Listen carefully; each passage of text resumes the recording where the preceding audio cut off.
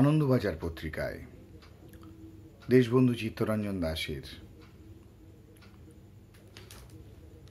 দেশবন্ধু প্রয়াণে শোকযাত্রা নিজস্ব প্রতিনিধির বিবরণ। এইটি প্রকাশ পেয়েছিল 5ই আষাঢ় 1332 19 জুন 1925 খ্রিস্টাব্দে। আনন্দ সঙ্গী এই পুস্তক থেকে এইটি 2 ভাগে পাঠ করব, যেহেতু একটু দীর্ঘ এই প্রতিবেদনটি। দেশবন্ধু প্রয়াণের শোকযাত্রা নিজস্ব প্রতিনিধির বিবরণ। ভোর 5টায় বাসা হইতে বাহির হইয়াই দেখি অজস্র জনতা শিয়ালদাহ স্টেশনের দিকে ছুটিয়া আছে। সকলে নগ্ন পদ, বিষণ্ণ মুখ, সজল চক্ষু। দূর হইতেই শিয়ালদাহ স্টেশনের সংলগ্ন প্রান্তরের বিরাট জনতার সমাবেশ দেখা যাইতে লাগিল। স্টেশনে গিয়া পৌঁছিলাম। বাহিরের দিকে চাহিয়া দেখি নদী যেমন করিয়া সমুদ্রে মিশে, তেমনি জনস্রোতের পর জনস্রোত Harrison Road, Circular Road, Bowbazar দিয়ে আসিয়া স্টেশন প্রাঙ্গণ স্থিত সেই জনসমুদ্রে মিলিতেছে। কয়েক মিনিটের মধ্যেই সেই প্রকাণ্ড প্রাঙ্গণ জনপূর্ণ হইয়া গেল। তবু সে স্রোতের বিরাম নাই, শেষ নাই।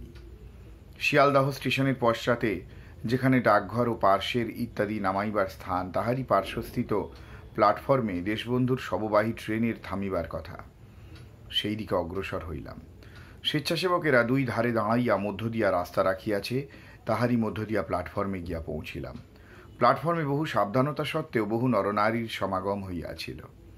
দেখিতে দেখিতে প্ল্যাটফর্ম লোকে ভরিয়া উঠিতে লাগিল। ক্রমে শ্রীযুক্ত বিপিনচন্দ্র পাল, স্যার নীলরতন সরকার, রেভারেন্ড B.A. নাগ, আচার্য প্রফুল্লচন্দ্র, মৌলানা আবুল কালাম আজাদ, হাজি আব্দুর রশিদ খাঁ, মিস্টার সরোবর্দী, শ্রীযুত শ্যামসুন্দর চক্রবর্তী, শ্রীযুত রবীন্দ্রনাথ ঠাকুর, শ্রীযুত দীনেন্দ্রনাথ ঠাকুর, শ্রীযুত কুমার কৃষ্ণ দত্ত, শ্রী নৃপেন্দ্রচন্দ্র বসু ইত্যাদি কলিকাতার প্রায় সমস্ত গণ্যমান্য লোক, বিভিন্ন সংবাদপত্রের প্রতিনিধিগণ এবং বহু মহিলা উপস্থিত হইয়াছিলেন। প্রথমে প্ল্যাটফর্মের উপর যাতে ভিড় বেশি না হয় তাহার চেষ্টা করা হইয়াছিল, কিন্তু গাড়ি আসিবার আধ ঘণ্টা পূর্বে আর শৃঙ্খলা রক্ষা করা সম্ভব হইল না।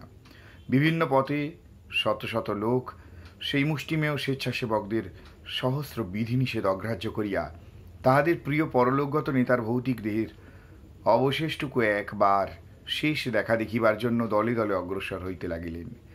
গাড়ি আসিবার কিছুক্ষণ পূর্বে লাইনের উভয় পার্শ্বের প্রকাণ্ড 2টি প্ল্যাটফর্ম, ওভারব্রিজ, স্টেশনের ছাদের নিচে যে লোহার ফ্রেম আছে, তাহা লোকে লোকারণ্য হইয়া গেল।